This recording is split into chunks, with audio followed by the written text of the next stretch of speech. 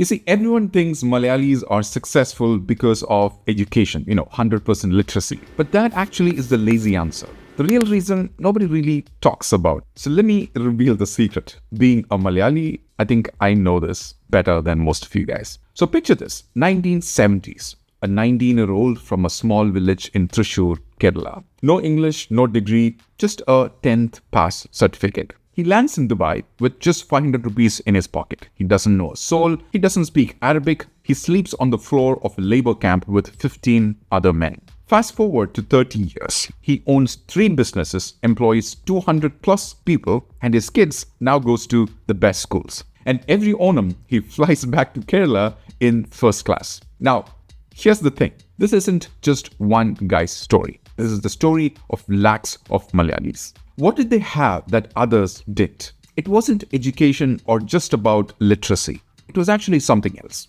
You see, when people ask, why are Malayalis everywhere? They say, oh, they value education, they have 100% literacy and all that stuff. Yeah, okay, sure, but so does Tamil Nadu or Andhra is not very far behind in terms of education. Education itself, it's not the differentiator. The real secret is a cocktail or a mix of 5 attitudes. And once you understand them, you will see why Malayalis run restaurants in Canada, hospitals, and restaurants in the Middle East. Let me try and break it down. First one, grit that doesn't quit. No, not the never give up kind of stuff you hear on Instagram and other motivation channels. I mean the real, dirty, uncomfortable kind of grit. Let me tell you about my friend. He went to Saudi in the 1980s and his first job was just cleaning toilets in a hospital. He didn't complain, never. He didn't post sad stories. He just showed up every day, every single day. And within 5 years, he was supervising the cleaning staff at the same hospital. And within 10, he was managing the whole facility department in the same hospital. And when I asked about this, you know what he told me? He said, Mone, no work is small. Only small thinking is small.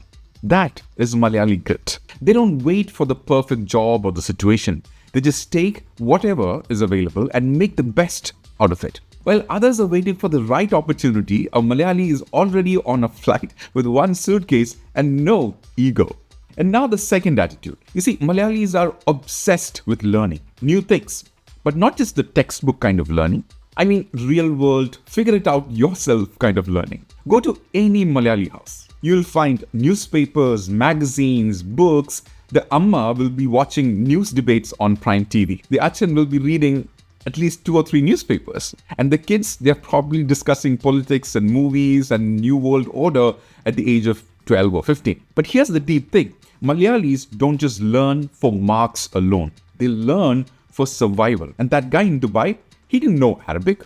So he learned himself. If he didn't know accounting, he took a night course. If he didn't know how to manage people, he watched, he observed, and he figured it out himself. And that's the real learning mentality of Malayalis. Now the third one. Kerala is a very tiny state. It is sandwiched between the Western Ghats and the Arabian Sea. You would think that people would just stay put and go nowhere, right? Because it's a small place. But no. Malayalis have this restless energy. They want to see what's out there. So from childhood, they are exposed to diversity. Different religions living side by side. Temples, mosques, churches, they're all everywhere in this small piece of land. Then there is backwaters, hills, beaches, all within like a 2-hour drive. And this does something to your brain. It makes you curious. It makes you say, if there is so much variety here, imagine what is out there. And so they go. They go to the Gulf, they go to the US, UK, Australia, everywhere. They go to random countries you never heard of. A Malayali nurse in Nigeria is quite normal. A Malayali chef in Kazakhstan? Of course, why not? While many Indians fear or don't leave their hometown, a Malayali books a one-way ticket and figures it out on landing as to what to do. And that is not luck. That is an attitude. The attitude that says, the world is my playground. Now the fourth one, and this one is underrated. You see, Malayalis adapt like chameleons. You put them in the desert, they will survive. You put them in Antarctica, they will still survive. You put them in the Arctic, they'll probably make chai and open a restaurant there. You see, I'm not even joking. There's a Malayali restaurant in almost every country on the earth. Why? Because they don't expect the world to adjust for them.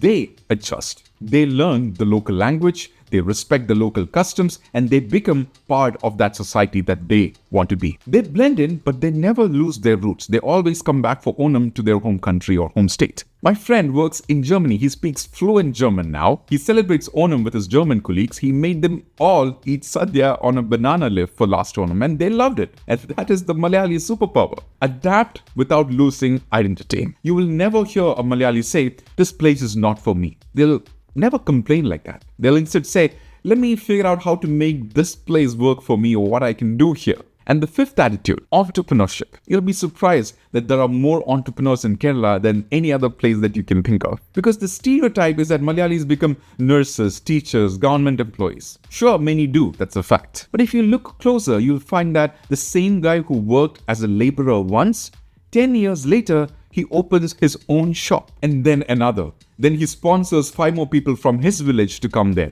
There's a saying, give a Malayali a job and he will do it well. But give him time and he will actually own the business. And here's the thing, they don't start big.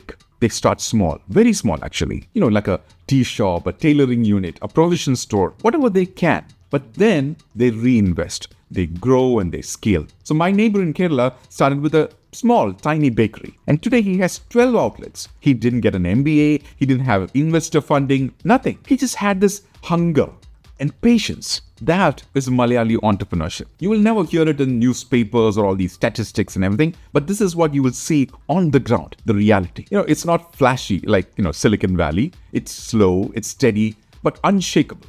That's the Malayali grit. So let's go back to the question. Why are Malayalis successful all around the world? Is it education? Is it literacy? Or is it politics? Well, partially, but the real answer is in this 5-piece cocktail. Number 1 is the grit that makes them take any job without any ego. Number 2, a learning addiction that never stops. Number 3, a curiosity that pushes them to explore. And number 4, an ability to adapt without losing themselves or their roots. And number 5, an entrepreneurial hunger that builds a big empire from almost nothing. And you put these 5 things together, you get a community that thrives anywhere on the planet. And honestly, you don't have to be a Malayali to learn this. Anyone can adopt these attitudes. Start small, stay hungry, keep learning. Go where the opportunity is, not where you're comfortable. And never ever think any work is small or beneath you. That is the secret, not the degree. If you know a Malayali who's built something from nothing, tag them here. Or better yet, comment one attitude from this list that you want to build in yourself. I'll see you in the next one. This is Mani Karthik signing off.